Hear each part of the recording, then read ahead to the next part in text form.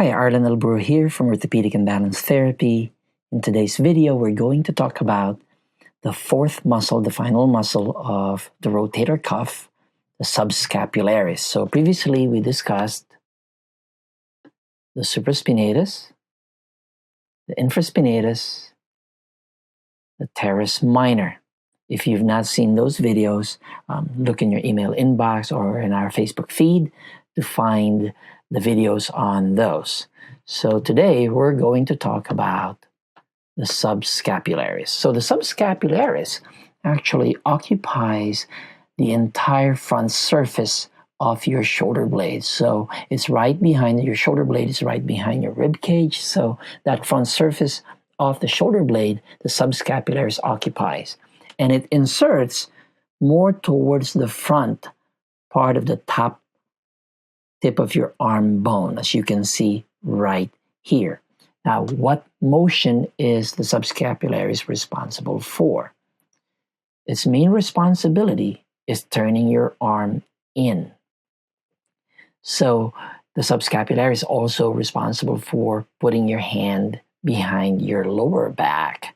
And it's also the main muscle that's activated when you're trying to, for the ladies out there, to strap their bra on. So the main responsibility of the subscapularis is turning your arm in. So in our next video, I'll show you how to test for a tear in the subscapularis. And this particular muscle and tendon is a little sneaky because sometimes there might not even be a tear. You may have sustained a tear in your supraspinatus or infraspinatus, but over time, the subscapularis becomes involved and becomes a major issue, and I'll explain why in our next video. Talk to you then. Hi, Arlan Alburo here from Orthopedic and Balance Therapy. In this video, we're going to talk about how to test for a tear in your subscapularis. The subscapularis is the fourth muscle of the rotator cuff. Earlier, in the earlier portion of this video, we talked about where your subscapularis originates from, where it inserts, what does it do. Here, we're going to show you how to test for a tear, a possible tear in your subscapularis. There are two tests that we're going to show you. The first one is called the belly press test. So using the involved hand, put it on your belly. Without winging your elbow, you're going to press your hand directly into your belly. If that pressure into your belly causes pain in your shoulder, then there's a probability that your subscapularis is torn.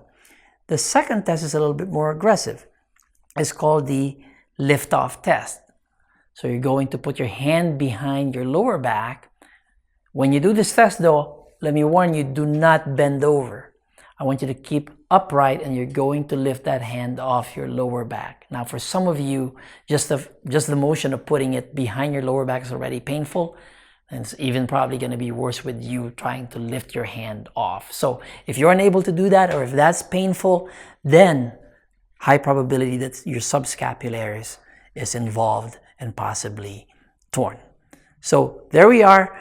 We have given you the 4 videos about the 4 muscles of your rotator cuff. Again, your supraspinatus, your infraspinatus, your teres minor, and your subscapularis. In the next video, I'll show you 3 techniques you can do to help handle an issue with your rotator cuff without having to rely on medications, injections, or surgery. I'll see you then.